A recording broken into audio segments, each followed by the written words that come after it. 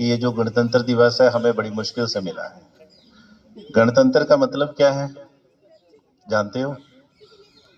गणतंत्र का मतलब क्या है? रिपब्लिक। हम डेमोक्रेटिक कंट्री है या रिपब्लिक कंट्री है या दोनों है?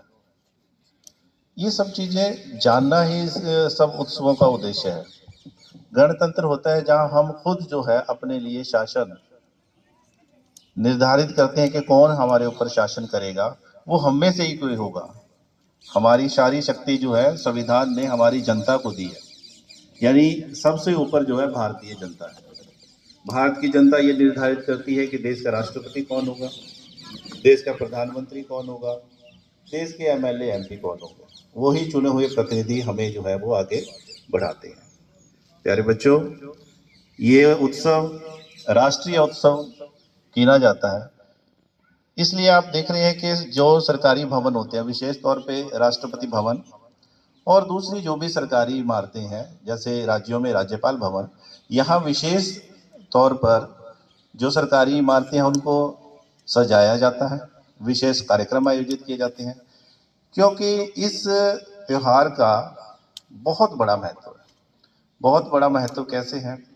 मान लीजिए आप बहुत सालों तक गुलाम रहे और उस गुलामी के बाद फिर बड़ी स्ट्रगल के बाद आप जो है वो आज़ाद हुए।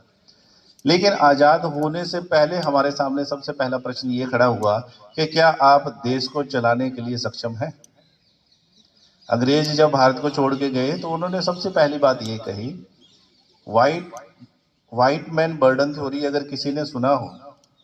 अंग्रेज ये कहते थे कि हम आप लोगों को सिविलाइज कर रहे हैं, आप में सभ्यता का अभाव है, आप अच्छे नागरिक नहीं हैं, तो हम लोगों का ये उपकार है आपके ऊपर कि हम आपको जो है सभ्य बना रहे हैं। जबकि ये बिल्कुल गलत है। हमारी सभ्यता 3500 साल पुरानी है, सिंधु घाटी सभ्यता कहते हैं उसको। अगर आप देखो पढ़ो, जिसका यही एरिया जो है क्षेत्र है जहां हम रह रहे हैं, पंजाब का रोपड़, तक्षशिला पाकिस्तान में, पेशावर, राखीगढ़ी हरियाणा, ये सारा एरिया है। यहाँ खुदाई से बहुत सारी चीजें मिली हैं और इतने डेवलप शहर मिले हैं कि चंडीगढ़ जो है वो 1952 में बना है शायद, लेकिन वो ईसा पूर्व 3500 साल पहले बना हुआ है, जहां पर 90 डिग्री पे सड़कें काट रही हैं। तो ये सब जो है एक भ्रम जो है हमारे लोगों के बीच में उन्होंने डाला, लोगों को, भोले भाले लोगों को गुमराह करके रखा।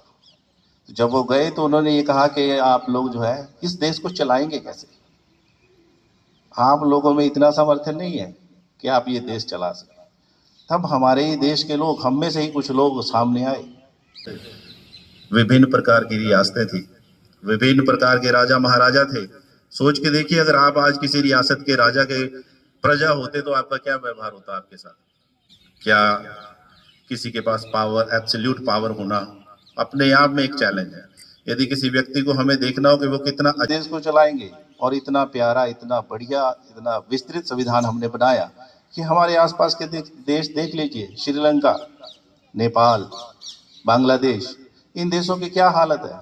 पिछले कुछ समय से आप देख रहे हैं वहां पे सरकारें किस तरह बदल रही है, लोकतंत्र की क्या स्थिति है। लेकिन भारत का ये संविधान ही है जिसने हमें आज तक कभी दोबारा हमारे देश में इस तरह की स्थिति पैदा नहीं हुई। और अगर ये संविधान जागरूक लोगों के हाथ में रहा, समझदार लोगों के हाथ में रहा, तो ये नौबत मुझे नहीं लगता भविष्य में कभी भारत के सामने आएगी।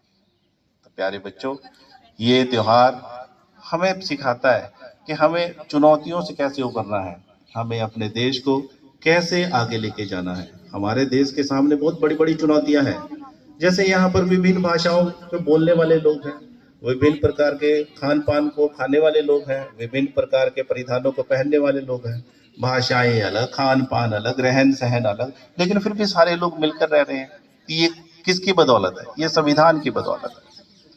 जब कभी बात होती है तो हम कहते हैं कि सर, मैम, या कहीं दूसरे सरकारी क्षेत्र में हम जाते हैं तो हमेशा अपने अधिकार की बात करते हैं कि ये मेरा अधिकार है, आप ऐसे क्यों नहीं कर रहे? तो ये अधिकार किसने दिए आपको?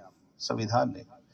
संविधान का आर्टिकल 42, जिसको मिनी कॉन्स्टिट्यूशन कहते हैं, जिसमें जो है कुछ शब्द दोबारा भारतीय संविधान की प्रस्तावना में जोड़े गए, वो सब अधिकार आपको दिए हैं